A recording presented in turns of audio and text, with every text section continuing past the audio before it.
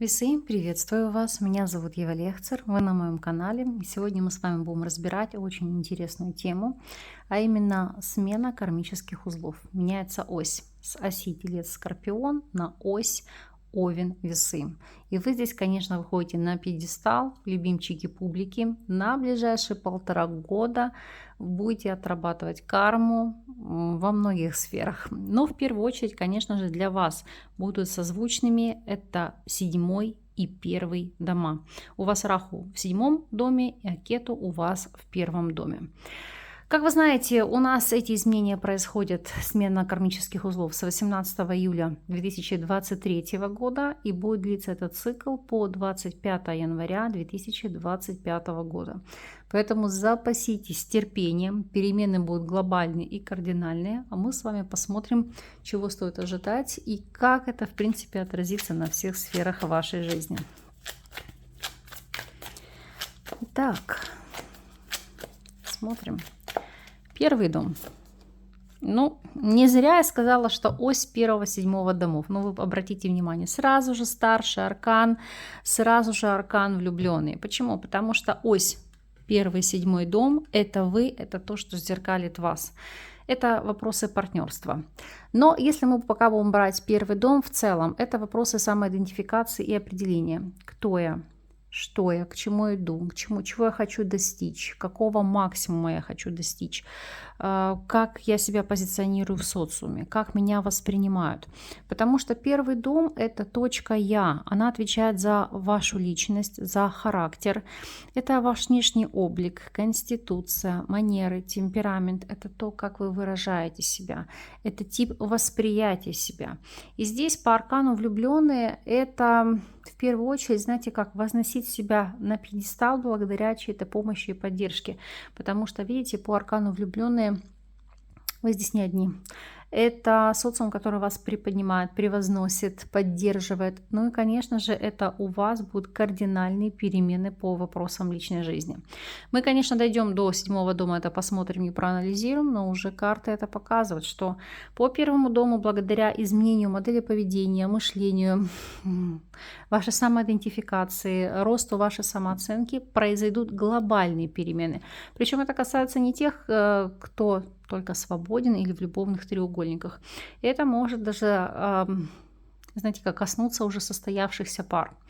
Будем смотреть, в каком ключе, но вот уже, так сказать, первые звоночки здесь пошли. Анализируем с вами 2 дом. Какова здесь будет ситуация? Что у вас проходит по 2 дому? 2 дом. Дом ресурсов. Или, как мы его еще называем, точка возможностей. Почему точка возможностей? Потому что 2 дом у нас отвечает за наше имущество, наши доходы, за виды трат. В принципе, за материальные средства, которыми мы обладаем и осознанно приобретаем их благодаря помощи там, близких, родных, благодаря нашему труду. Это в целом дом, где вы можете увидеть перспективы, возможность выигрыша в лотерее, в азартных играх. И сам по себе 2 дом символизирует бюджет, благосостояние, ваш доход, источники дохода, виды трат и так далее. 7 мечей. О чем она может здесь говорить и указывать? Поскольку аркан многогранен, может говорить о ситуации потери ресурсов, из-за вопросов воровства.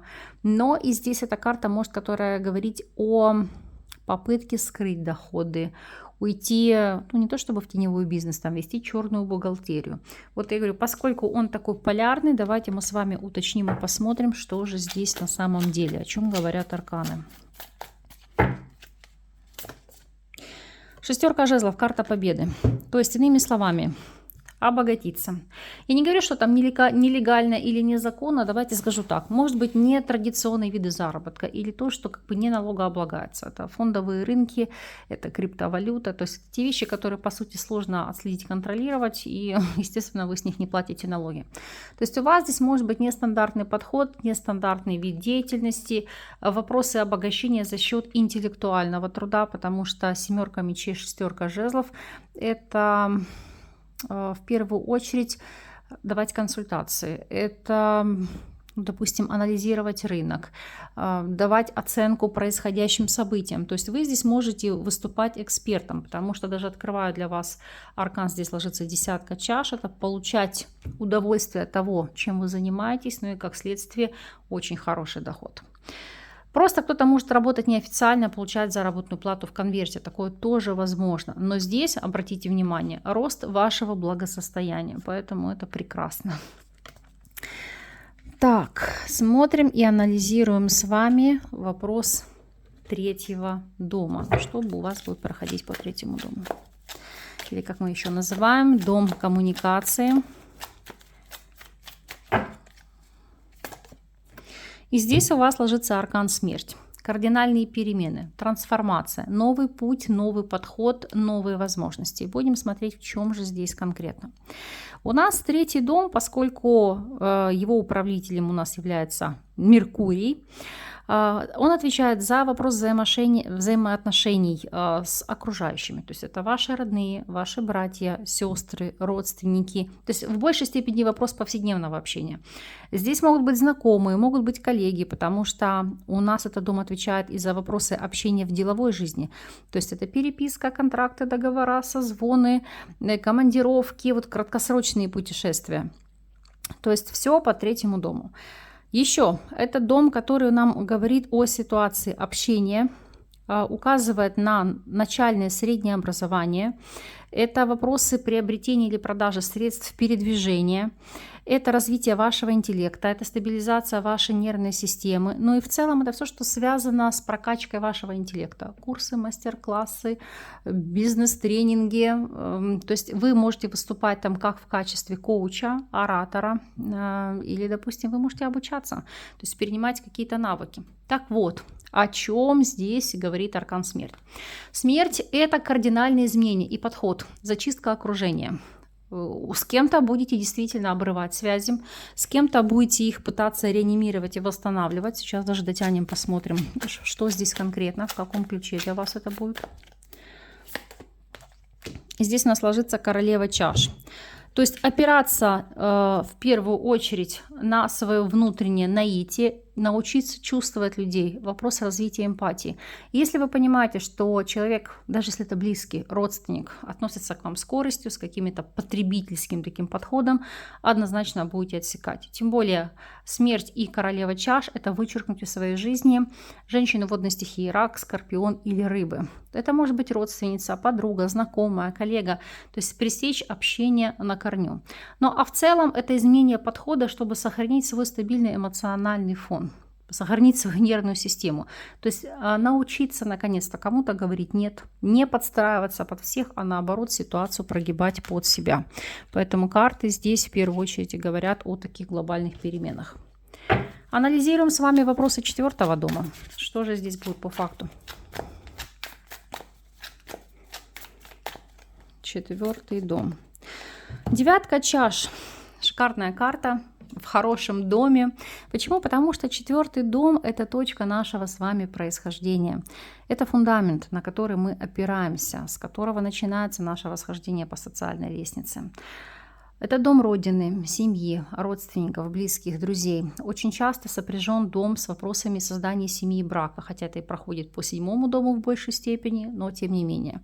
Конечно же, это все, что касается недвижимости, вопросы купли-продажи, это вопросы репатриации, это вопросы семейных корней. Ну, то есть это фактически начало, вопросы вашего детства. Так вот, девятка чаш. Это дом полная чаша, это наполнение, любовь, гармония. У кого-то начало периода сожительства, то есть если вы встречались, жить под одной крышей, строить, видеть семью. Облагораживание участка, квартиры, ремонт. Знаете, как создать для себя какие-то люксовые или лакшери условия. Ну, то есть приобрести, может быть, там дорогую технику или обставить такой какой-то дорогой мебелью, там, купить посуду. Но вы знаете, это вопрос, когда вы сами себе создаете настроение и зону комфорта. По девятке чаш это восстановление отношений, то есть наладить отношения с близкими, с друзьями, с вашим окружением ближайшим, то есть матерью, с отцом, братья, сестры. Опять же, если это вопрос недвижимости, это выгодно продать и выгодно купить. И по девятке чаш это приобрести в такой локации, от которой замирает сердце, потому что это вау.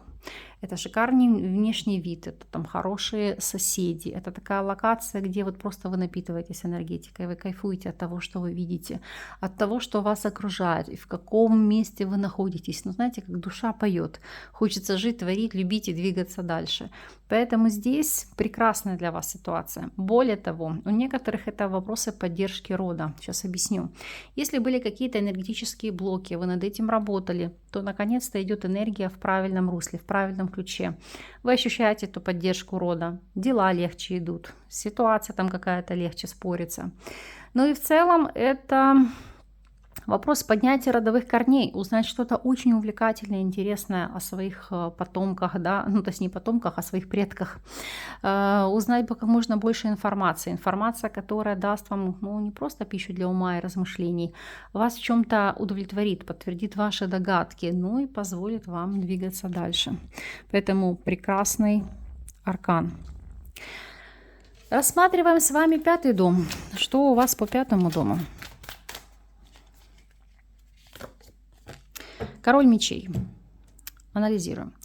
5-й дом у нас называется дом комфорта или точка удовольствия. Почему? Потому что это все, что отвечает за искусство, удовольствие, развлечения, наши прихоти.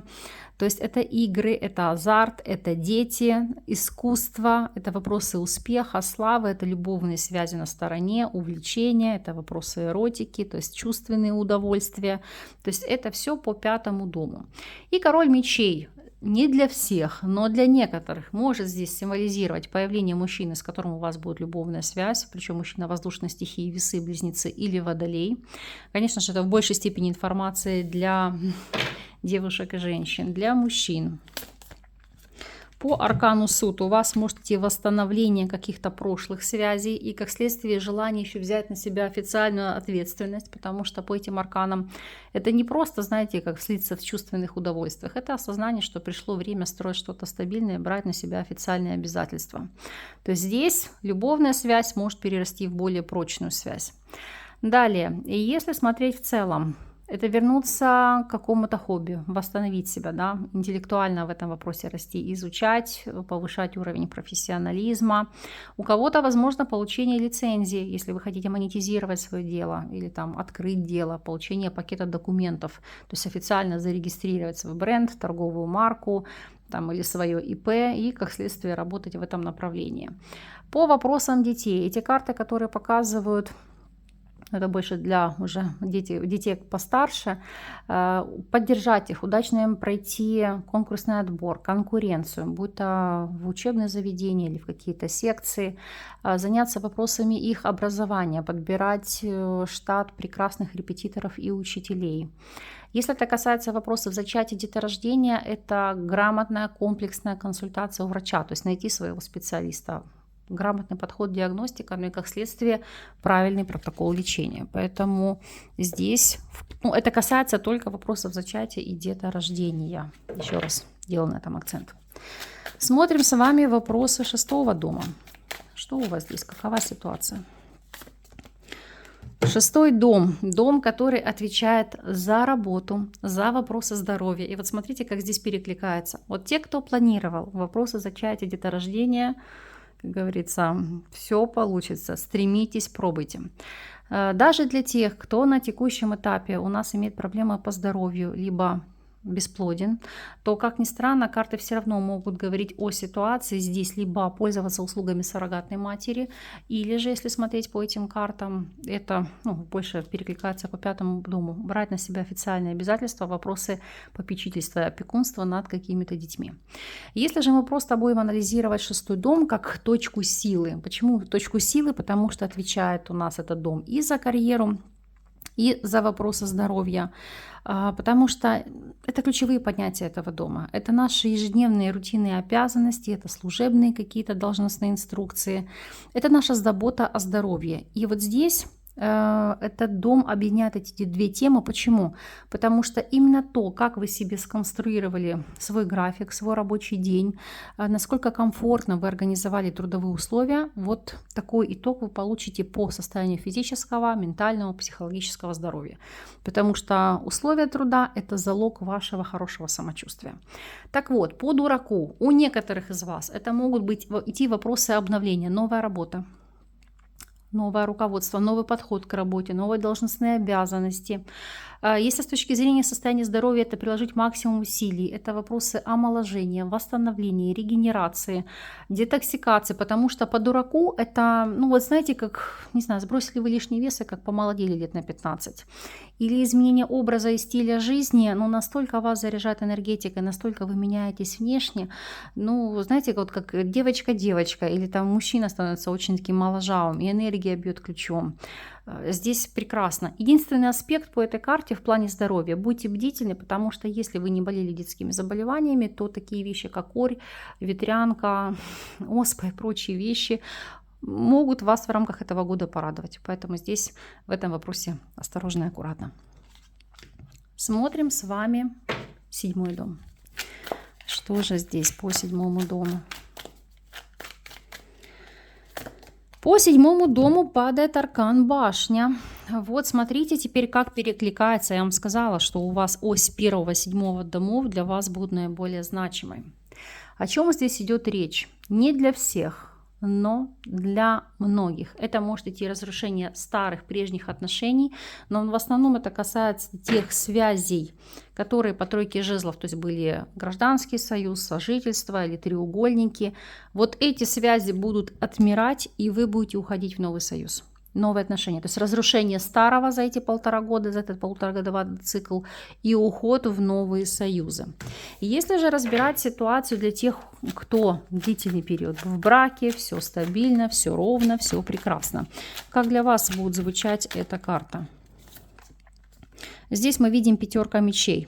По картам тоже может быть ситуация, когда вы понимаете, поскольку, видите, 5 мечей, здесь падает, ну, колода звезда. Сейчас объясню.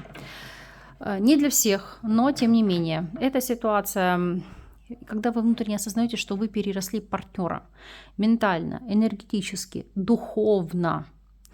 И будут попытки или тянуть партнера за собой, или партнершу, да, чтобы дотягивала до вашего уровня. Я не могу сказать, что там идеалы, но поймите меня правильно. Звезда – это я хочу большего. Это не позиция, что там я зажралась или там зажрался. И вот нет, это желание развития. И когда вы понимаете, что ваш партнер, ваша вторая половина тянет вас на дно, вы попусту тратите свои силы и ресурс. Это желание отсекать, если человек не меняется и не идет вслед за вами.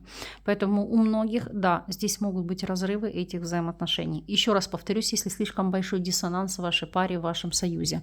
Если же здесь все в порядке, то я могу сказать, что по 10 мечей, как показывают арканы, если были ссоры или конфликты, или стремление там разойтись, потому что по этим картам это, видите, как напряженность, даже люди могут подать на развод. Но, тем не менее, 6 пентаклей – это как дать еще один шанс, попробовать сплотиться. Причем по 6 пентаклей, как ни странно, некоторых здесь может сплотить имущество совместно нажитое, а также дети, то есть и какие-то обязательства. Поэтому здесь попробовать проанализировать и дать еще как новую возможность вашим отношениям реабилитироваться. Ну вот у вас, смотрите, это вот прям четко идет. Хорошо. Опять же, это касаться может не только личной жизни. Услышьте меня, потому что сейчас все забьют панику, начнут писать: о боги, я там счастлив в браке, зачем я эту информацию послушала или послушала. Я уже просто знаю, что вы будете писать. Поскольку 7-й дом – это у нас точка «ты», то есть то, что вас зеркалит, то есть то, что является вашим зеркальным отображением, что вы внесете в социум, тоже то вы получаете вовне. Такие люди к вам притягиваются. Но она отвечает не только за личные отношения, это партнерские взаимоотношения, деловые, это в принципе общественные связи и союзы, кооперации, сотрудничество. Поэтому эти карты говорят о том, что здесь может идти изменение процессов. Во-первых, могут активизироваться враги и конкуренты, которые хотят повлиять на ваш авторитет, на ваш успех, разрушить вашу стабильность. И да, некоторые козни будут здесь получаться. Для того, чтобы вот это разрушить или реализовать, вам нужно будет заручиться поддержкой других партнеров, вашего окружения, ваших клиентов там, или коллег и так далее. Еще, если это касается бизнес-партнерства, внимательно подходите к сотрудничеству. Здесь, как показывают карты, старые партнерские связи будут отмирать. Вы либо будете уходить в свободное плавание, либо искать новых партнеров, которые для вас более будут перспективными. Смотрим с вами 8-й дом. Что у вас здесь по факту? По 8-му дому. 8-й дом, аркан маг, ну сам себе хозяин или хозяйка, здесь все в ваших руках. Не зря у вас, смотрите, здесь такое количество старших арканов. Действительно, для вас очень важный такой полуторагодовалый цикл. Почему? Потому что 8-й дом, или как мы еще называем его, точка границ, или дом жизни и смерти, видите, он соответствует Скорпиону. Скорпион, ему соответствует аркан смерть. То есть это символ возрождения и трансформации, возрождаться как птица Феникс из пепла. Аркан маг говорит здесь о том, что вам будет идти протекция свыше, а именно это вопросы общих капиталов, это наследство, это страховки, завещания, это легкое решение нотариальных дел, расследование, это выход из кризиса, не только эмоционального, ментального, личностного, но и финансового. Это вопросы преобразования, это улучшение качества жизни, это вопросы продолжения жизни. Но здесь по аркану маг не только благодаря вам, вашим действиям, но и, допустим, узкопрофильным специалистам, то есть будь то врачи, тренеры, то есть какие-то эксперты. Дальше. Это вопросы тайн, оккультных способностей. Если возможно, вы себя в этом нише видели или хотите реализовать себя на этом поприще, могу сказать, у вас есть все шансы для того, чтобы добиться здесь успеха. В плане секса новая страсть, новый опыт, ситуация под контролем, когда вы являетесь ведущим в сексуальном контакте и выжимаете с партнера или партнерши максимум, получаете все то, что давно хотели и как вы хотели. То есть для вас это новый опыт, ну как инновация.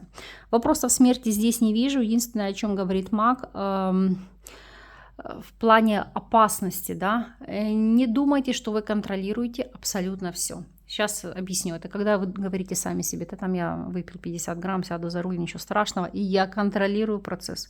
То вот это точно не о вас.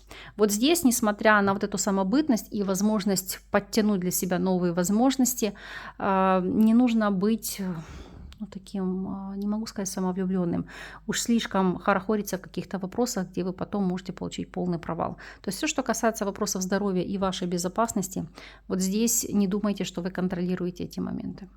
Здесь лучше позволить эти моменты контролировать специалистам. Элементарно, как я говорю, вы вышли с какого-то мероприятия, вечеринки, воспользуйтесь услугой там трезвый водитель, да, и сами не садитесь за руль. Ну, это может касаться любых других каких-то вопросов, когда вы, ой, я сейчас там починю какую-то технику, не нужно. Позовите специалиста, потому что можете, знаете, как получить ряд проблем. Опять же, 8-й дом у нас отвечает за материальные ценности и финансовые дела вашего брачного или делового партнера. Здесь у кого-то единственное, знаете, как удачно развестись и отжать себе все. Вот у вас по картам так идет. Поэтому, если стремились, это все получится. Если же это вопрос раздела бизнес-имущества, то, опять же, получить больше процент, большую долю при разделе бизнеса с бизнес-партнером. Анализируем с вами 9-й дом. Что у вас здесь? По тузу жезлов. Ну, прекрасная карта. Объясняю, почему. 9-й дом – это у нас дом духовности. Не зря его называют точка духа. По какой причине? Потому что он отвечает за интеллектуальную жизнь, религию, путешествия, особенно дальние. То есть все, что касается вопросов эмиграции, перемещения, смены места жительства, для вас может быть актуально. Потому что туз жезлов – новое начало, новая энергия. Может быть стремление элементарно от вопросов просто переехать, знаете, как более красивое, статусное, комфортное жилье до каких-то глобальных перемен, то есть эмиграция, другая страна, другая культура, другая самобытность. Этот дом у нас, в принципе, отвечает за мировоззрение, за ваши философские убеждения, веру, религию, за высшее образование, за дальние путешествия и судебные дела, а также за взаимодействие с общественными институтами власти. Еще по этому дому, если вы хотели, стремились получить второе высшее образование или просто высшее образование, то есть самое время, и вам это будет во благо. Хотели сменить религию, веру, убеждения, копайте, дерзайте, актуально получится. Хотели переехать, адаптироваться в новом месте, прочувствовать культуру других стран, народов, опять же, для вас это актуально. Хотели инициировать судебные дела? Тоже супер. То есть у вас здесь, вот за что бы ни взялись по 9-му дому, для вас это будет точка роста. Поэтому дерзайте, пробуйте, здесь все будет получаться. Кстати, поскольку здесь ложится туз жезлов, не для всех, но это может быть знакомство с партнером или партнершей из других земель, то есть иностранец или иностранка. Это даже может быть ваш соотечественник, но просто который уже там уехал за рубеж, и там находится некий период времени. 10-й дом. Что по 10-му дому? А вот здесь ложится повешенный. Повешенный, посмотрите, здесь несколько иное его положение. Это изменение концепции жизни, это другой взгляд на вещи, посмотреть все над другим углом, преобразование.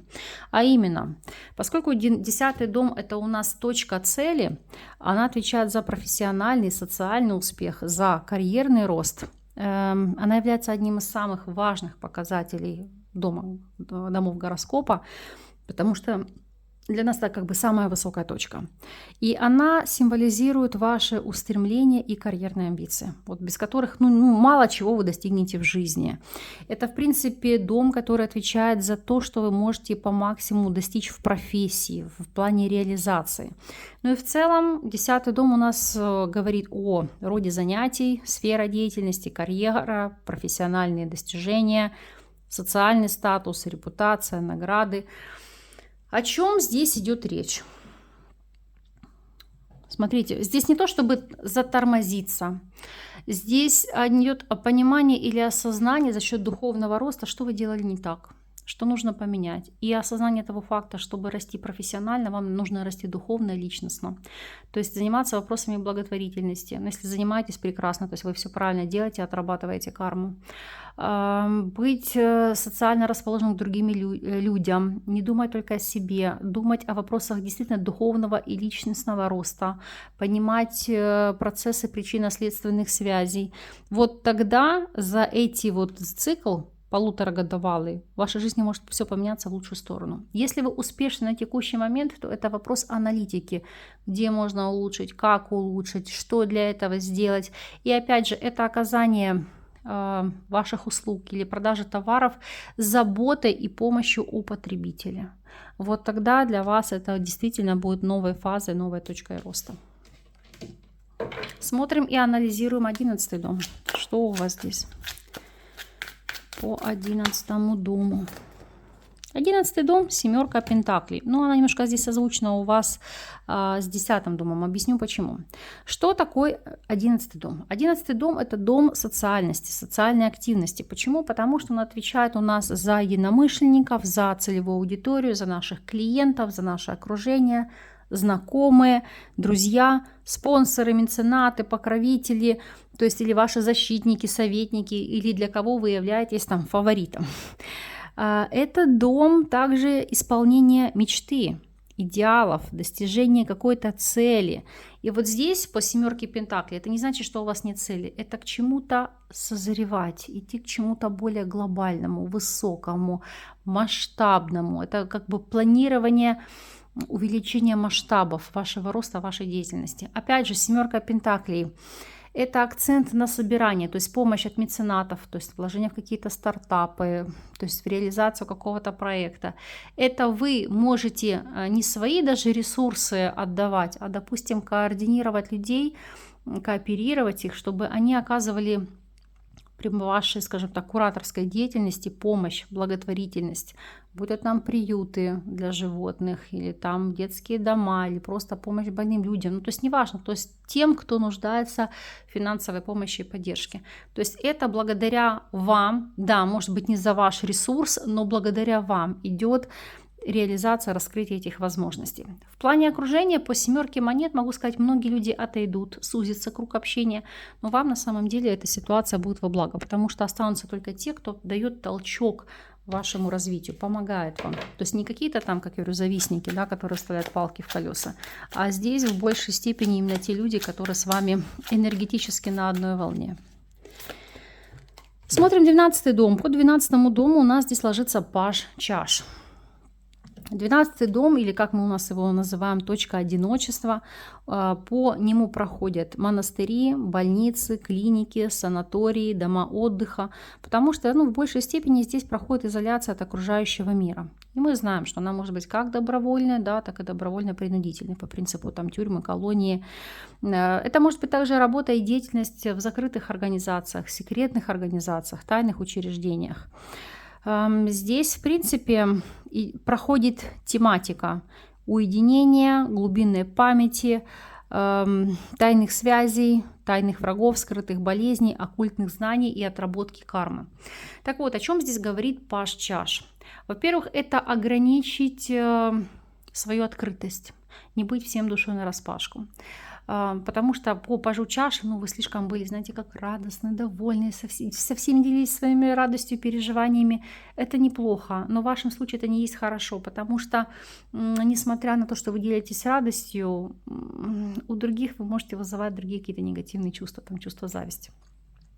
Но паж чаш – это вопрос о восстановлении, то есть это отдых, это релаксация, это занятие любимым делом, причем в изолированных местах. Это может быть отдых на островах.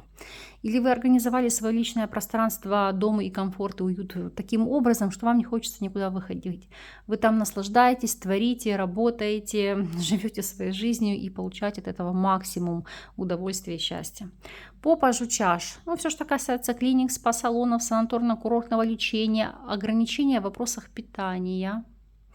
Но и еще, поскольку вот мы здесь, видите, здесь падает у нас дурак в 6-м доме и 12-й дом, это может быть ситуация, когда вы ложитесь на сохранение в больницу, имеется в виду те, кто вынашивает ребенка. Поэтому может быть и такое развитие событий.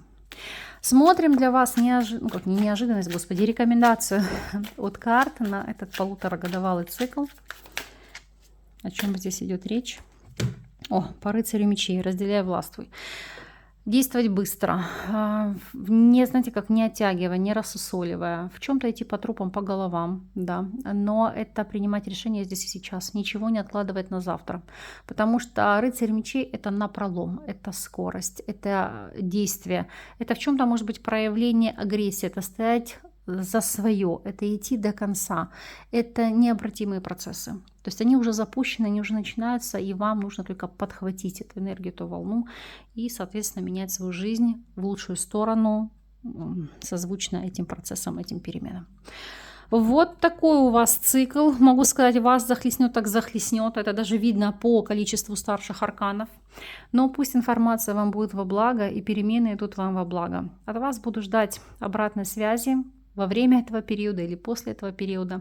Поэтому оставляйте ваши комментарии. Я благодарна каждому из вас за ваши лайки, за ваши подписки, за ваши донаты.